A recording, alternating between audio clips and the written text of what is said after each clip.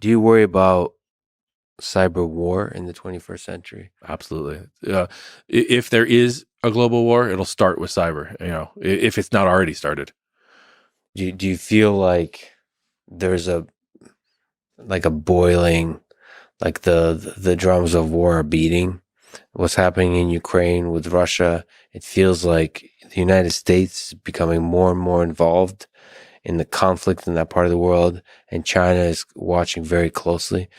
Is starting to get involved geopolitically and probably in terms of cyber.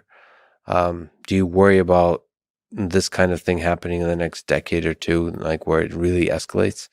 People in the 1920s were completely terrible at predicting the World War II. Do you think we're at the precipice of war potentially? I think we could be. I mean, I would hate to just be, just fear mongering out there. COVID's over, so the next big thing in the media is war and all that. But I mean, there's some flags going up that are very strange to me. Is there ways to avoid this? I hope so. I hope smarter people than I are figuring it out. I hope people are playing their parts and talking to the right people, because the war is the last thing I want. Well, there's two things to be concerned about on the cyber side. One is the actual defense on the technical side of cyber, and the other one is the panic that might happen when something like some dramatic event happened because of cyber, some major hack that becomes public. I'm honestly more concerned about the panic, because I feel like if people don't think about this stuff, the panic can hit harder. Like if they're not conscious about the fact that we're constantly under attack, I feel like it'll come like a much harder surprise. Yeah, I think people will be really shocked on things. I mean, so we talked about LulzSec today, and LulzSec was 2011. They had access into the water supply system of a major U.S. city. They didn't do anything with it. They were sitting on it in case someone got arrested, and they were going to maybe just expose that it's insecure.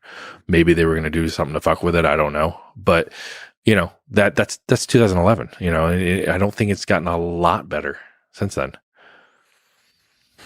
And there's probably nation states or major organizations that are sitting secretly on hacks like 100%. 100%. They are sitting secretly waiting to expose things. I mean, I don't want to scare the shit out of people, but people have to understand the cyber threat. I mean, there are thousands of nation state hackers in some countries. I mean, we have them too. We have offensive hackers. The terrorist attacks of 9/11, there's planes that actually hit actual buildings, and it was visibly clear, and you can trace the information. With cyber attacks, say something that would result in a major explosion in New York City, how the hell do you trace that? Like, if it's well done, it's going to be extremely difficult. The problem is, there's so many problems. One of which the U.S. government in that case has complete freedom to blame anybody they want. True. And then to go start war with anybody that actually see all right, that's one cynical take on it, of course. No, but you're going down the right path. I mean, the guys that flew planes in the buildings wanted attribution. They took credit for it. When we see the cyber attack, I doubt we're going to see attribution. Maybe the victim side, the U.S. government on this side, might come out and try to blame somebody. But, like you've brought up, they could blame anybody they want. There's not really a good way of verifying that.